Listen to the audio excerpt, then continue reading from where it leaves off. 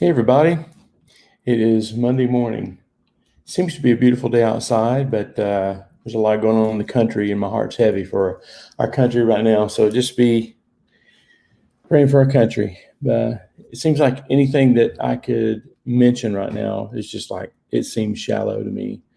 But I'm going to talk about it anyway because um,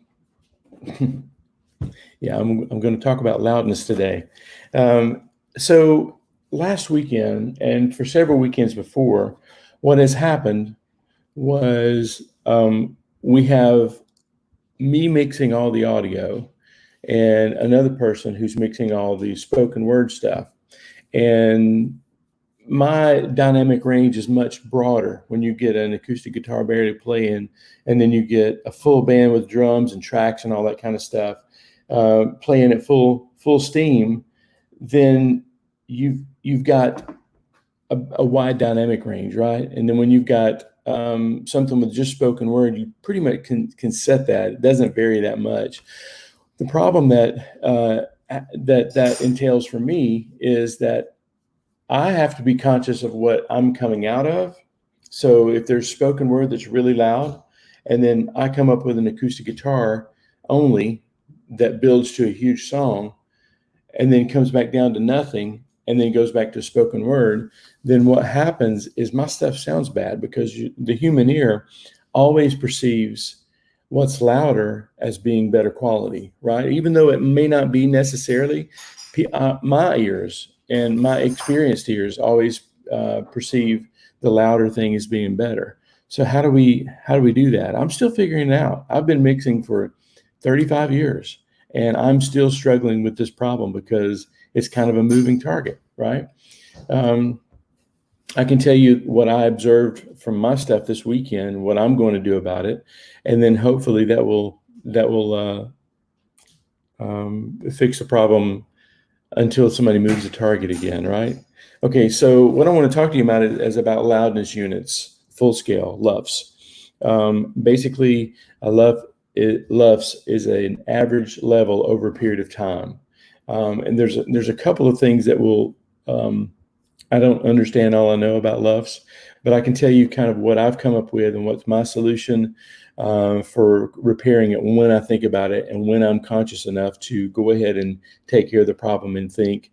It's easy to isolate yourself when you're just mixing music and go, I like the dynamic range of this song, right? I like the fact that you can barely hear the acoustic guitar and then it goes to this big sound, and that moves people, right? It does. But when you're mixing just that one song and you're not looking at it in the full scope of like a full 1 hour long program, then it comes back. All of those warm, fuzzy feelings that you had about the dynamic range of your song suddenly go away when you can't hear the acoustic guitar that you thought was so beautiful in the beginning, right?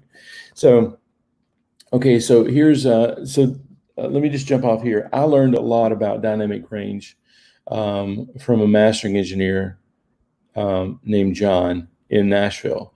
He was one of the only guys that basically explained it to me in a way that I could understand and that I could do something about.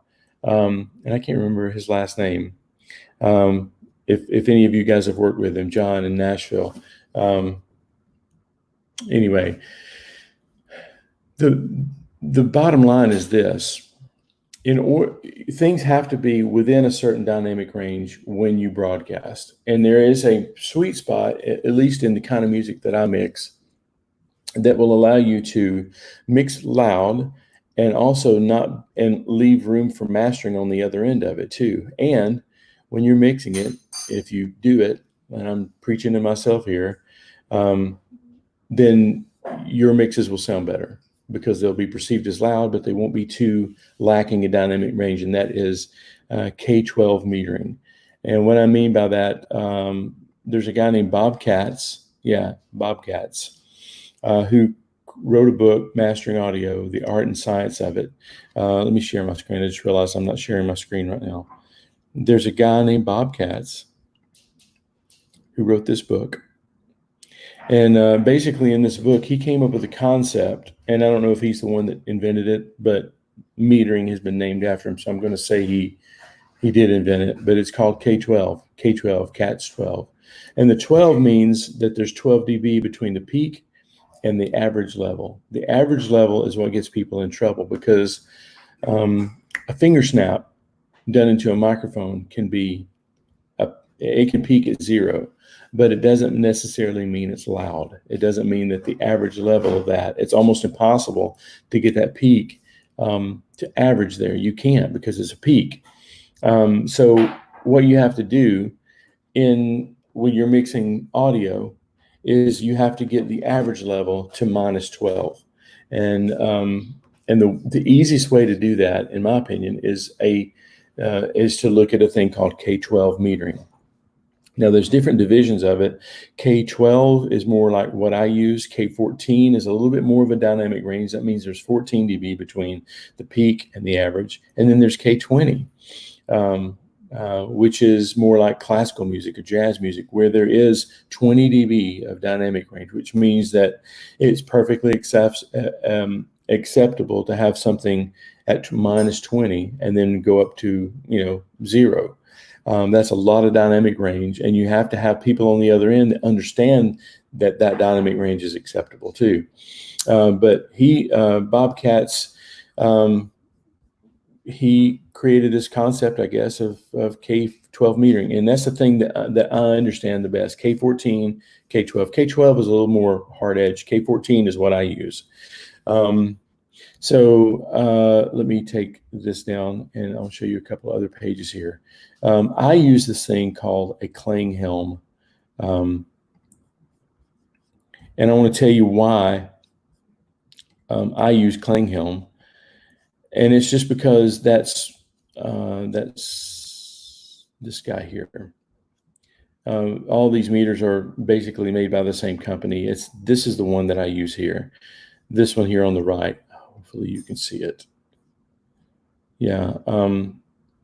The one here on the right is the one that I use. And I set it up to where it peaks at plus 14, which means my 0 is now average. Okay. So what you've got is 0 there, and then you've got what is that? I can't. So you've got 0 here, and then you've got 6 dB. So when you do 6 dB, you do 10 on top of that, or 12, 8 on top of that, then you've got 14 dB above above the 0. So if your music is averaging at 0, then your peaks are peaking at plus 14, right? Which gives you 14 dB of dynamic range. Now, the way I learned this was actually mixing to a quarter-inch reel-to-reel machine. These are the way that those meters were set up. You pushed it until you got to 0. You made sure that you didn't fall below 20 there on hardly anything, unless it was a fade in or a fade out or something like that. And you kept your dynamic range up. Now, we had tape machines that we were pushing into. So what happens when you get to the plus 14 part, the tape starts compressing the signal, and that's your limiter basically. It would limit it. So you just keep pushing and you decrease that dynamic range above 0. And then that's one of the reasons I think that some of the old mixes sound as good as they do, because people were conscious about their dynamic range back then. It was on the other end of it. We didn't have a lot of dynamic range, or we had to decrease it, because when you fell below 20, you know what happened? You heard tape hiss, which is something that was a very real issue in its day. Now you don't have that, so people just kind of use the whole dynamic range, and their mixes suffer as a result of it. Now, mastering engineers, they'll compress your mix, but if you don't contain what's happening above the 0, then mastering engineers, what they have to do sometimes is really kind of go around the world to make your snares and your finger snaps not change the whole dynamic of your mix. So anyway, this is K12. This is what I use. Now, here's another thing I'm going to be using quite a bit more of, and that is, let's see, this guy here.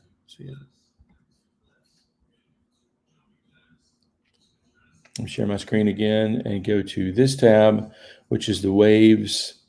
loudness meter plugin. This thing is a little scary looking on the surface, but basically what it does, if you can see this here, you set it for minus 15 lufs, which is not minus 15, minus 14. That's your metering, right? That's you want it to average around 0. So the minus 15 loudness units full scale, that's what you're going for.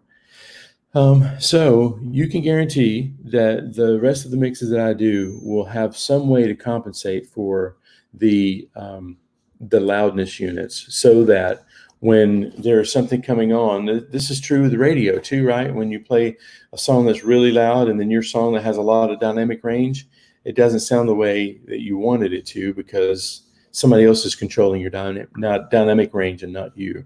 And then a song comes on after that, and then your song sounded soft, and or their song sounded better because your song was soft. So this is a way that you can create that. And I'm teaching this because this is what I ran into this weekend, right? I wasn't looking, and somebody's levels kind of superseded mine, and my mixes didn't sound as good. So this is what I'm going to be doing. I'm going to be running all my mixes in this. Now, if you're doing video, this is the guy that I'm going to be using when I export videos. Let me share my screen once more.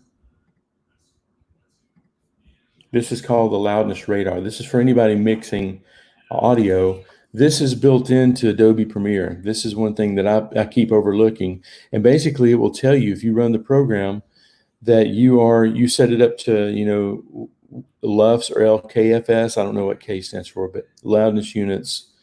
Full scale, you can run your mix through this and it will tell you exactly what the average level in LUFS your mix is. So I'll be doing that from now on, so that I'll make sure that that my mixes aren't caught that way again. So anyway,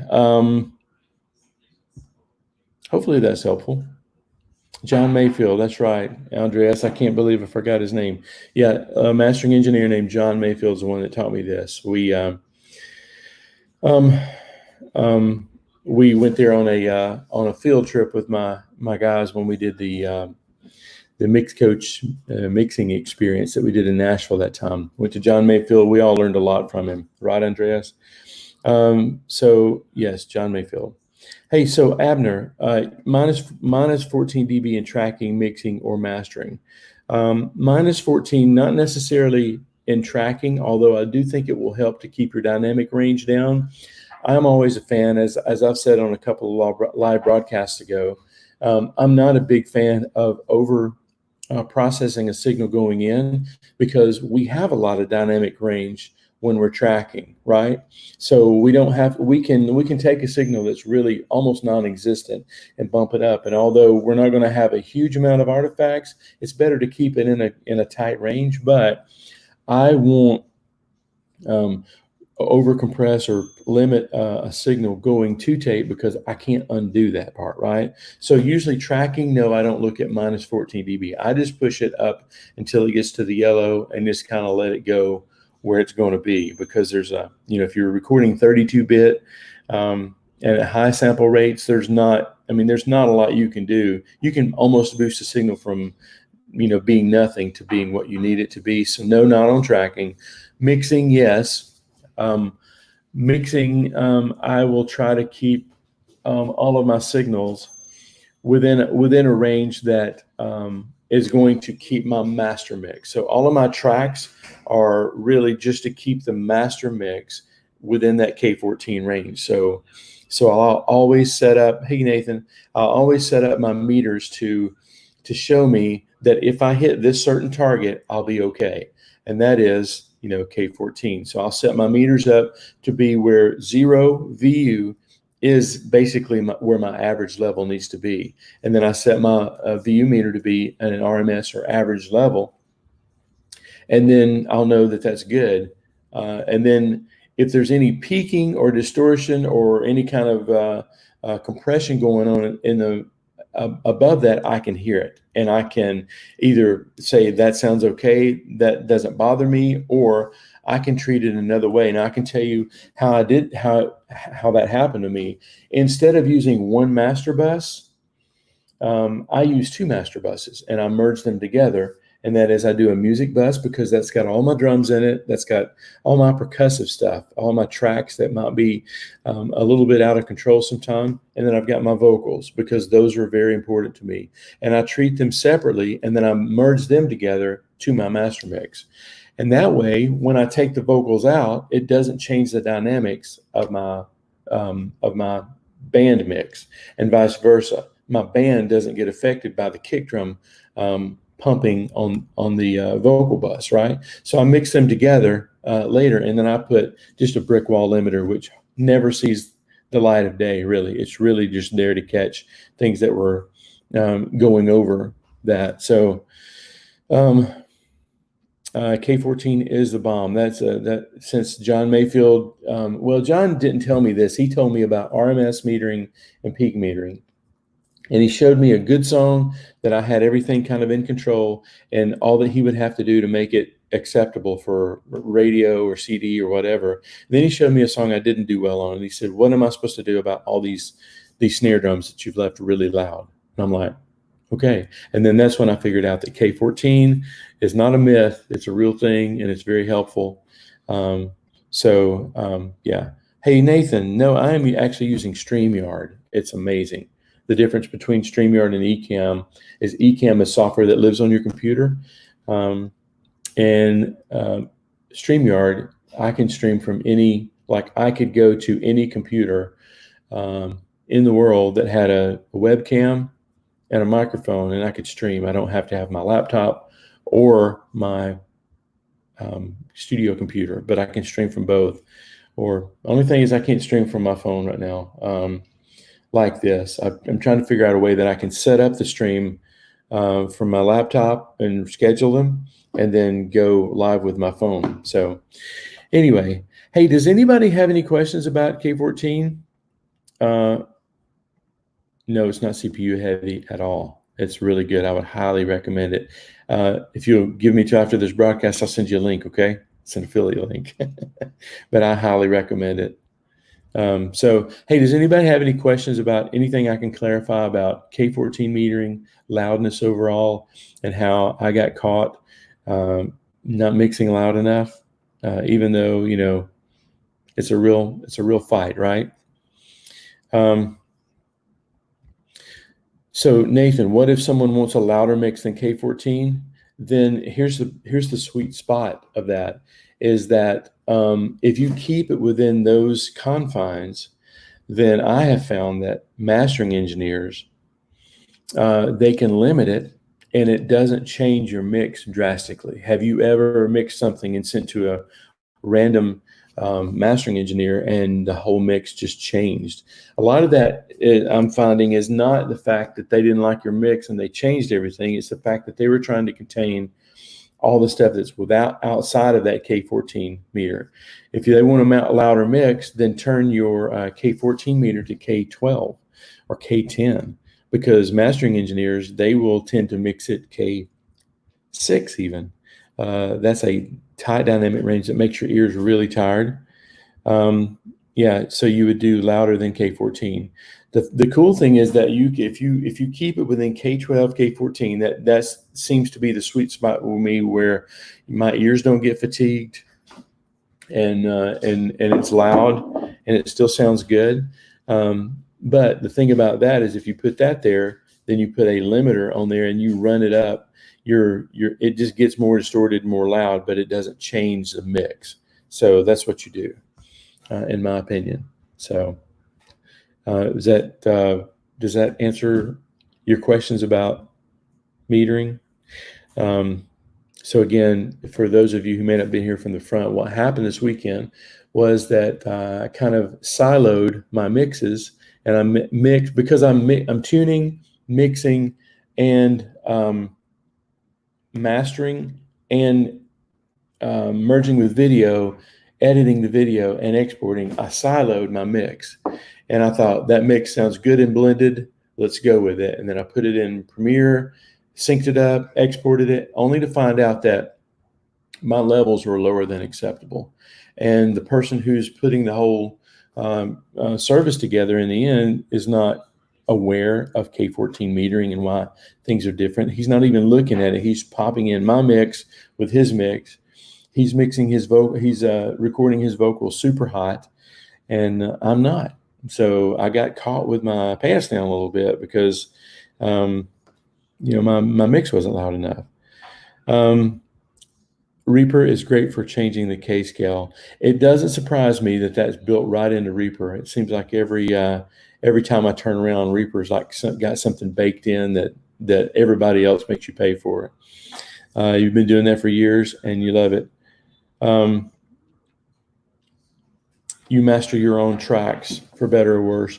I find that, if you do the K14, K12 thing, then they're as good as mastered, in my opinion. There's not a lot you can do. I mean, they are loud and acceptable, but, you're not surprised by anything later on, right? The problem I'm facing is, what do you do with a very dynamic song? Like a lot of gospel music is, where it starts off with like only a finger-picked acoustic guitar, and then it goes to this big epic ballad. How do you handle that? And I'm finding that, the master fader, pushing it up, this is where automation really comes in handy, clip gain stuff. I don't know. I mean, do whatever you have to do to get it up there, because you don't know what is going to be played after or before, right? So, hey, Adam. What would you say to mastering engineers? What would you say mastering engineers would say they deal with most from a problematic standpoint? Low end, high or low mix volume? I think that dynamic range is probably what they say they deal with the most. Because here's what I've seen a lot of guys do. The mid-side compression technique that you hear about comes from kick, snare, right in the middle being too loud, and all of the dynamics of your mix, verb, strings are all on the outside. So they take the middle of the signal and compress it while trying to leave the outside of the signal uncompressed.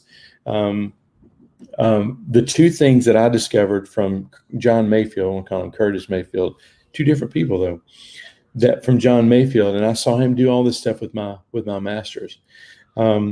The two things he dealt with is dynamic range and not having enough. I wish I could tell you succinctly, but there was something on the low end. Okay, I'm trying to think. Dynamics. So if you'll take your mixes and mix with this K12, K14 mentality, keep everything kind of as much as you can in that box. And be happy with what's in the box, first of all, do that first. And then he told me something about the high end and low end is, and let me think about this just for a second while I'm talking and trying not to waste time. He told me that it's easier to add top end than take it away, and it's easier to take away low end rather than add it. Yeah, I think I'm right on that. I hope I am, because if I'm not, I've told you completely wrong. But it seems like sibilance is harder to take away than it is to add brightness to a mix. So I think what he deals with mostly is dynamic range and too much top end, not enough low end. He would rather get too much low end, not enough top end, because those problems, when you equalize them, they don't sound as messed with. Is that helpful? And I'm as my friend Joel Key says, I'm 99.9 out of 10. I said it wrong. He says 99.9 times out of 10. No, I'm 95%. I think I'm right on that. So good. I'm glad it helps, man. Just kind of, I'm showing you my scars here, right? So anyway, hey, I would love to take a couple more questions if you have them. If not, I'm probably going to go back and look at this week's mixes, which are already in the can. I'm going to go back and look at them. And while I'm licking my wounds here, I'm going to go back and look at those mixes. Hopefully, these things have helped you. And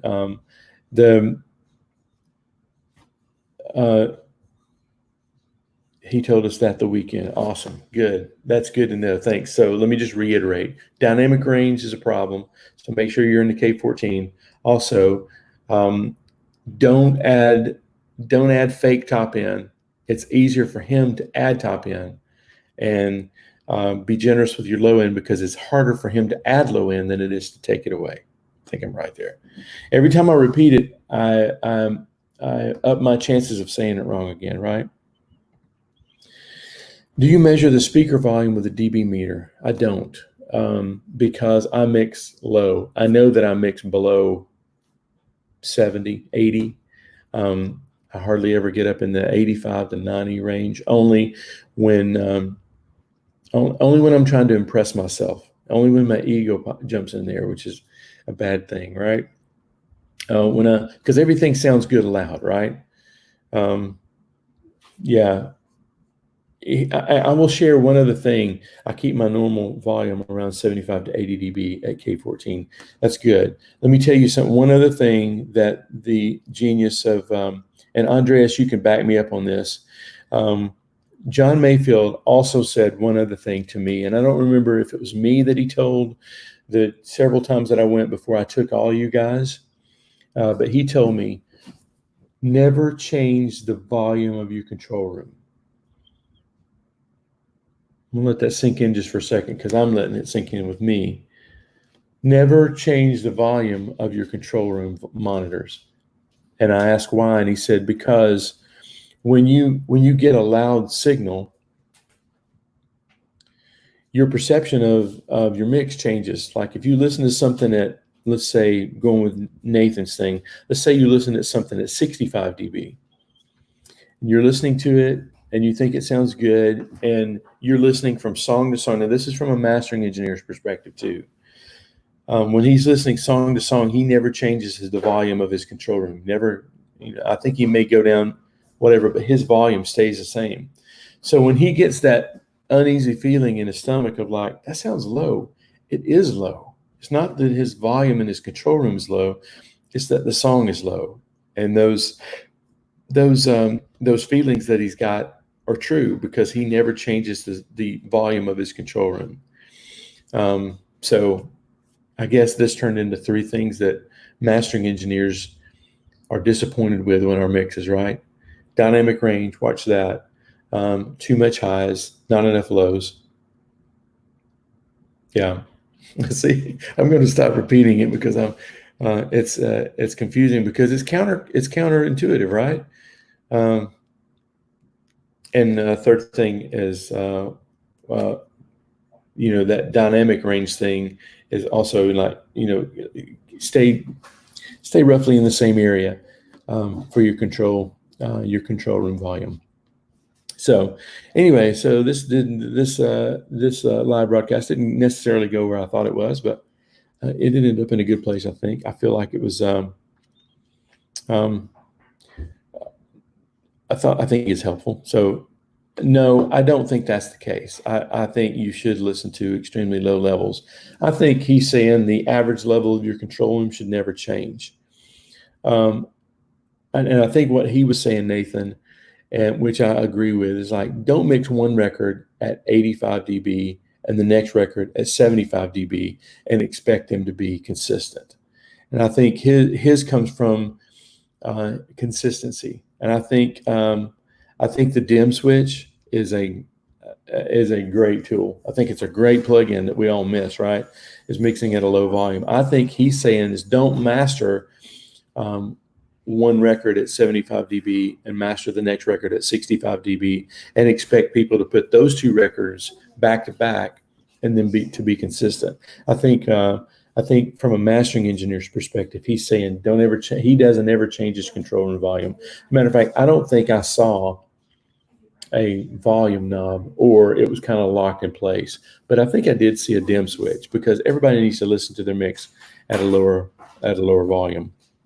So anyway, hopefully that has been helpful. I know it's been clarifying for me, because I know what I need to do right now, right? When I go to mix these songs today or tomorrow, I'm going to be looking at it through this perspective. Yeah, Personas monitoring station. I'm still using my Control 24. And although there's all that stuff is built in, mono, dim, mute, all that stuff is built in. That's a great option. So anyway, hey, if I can help you guys in any way, please let me know. I will be live again Wednesday, even though I don't have it scheduled. I am still working on my vocal tuning course, which I think is very important, very needed right now. But Melodyne just came out with a version 5, and I am learning version 5, learning what the good side and there's no downsides to it so far, all the good things, and I want to include that in the course. So anyway, if I can help you guys, let me know. Go to mixcoach.com, and there's some free resources there for you. And I would love to be your coach. All right. I will see you guys on Wednesday. You guys take care of yourself. Pray for America. All right. See you guys.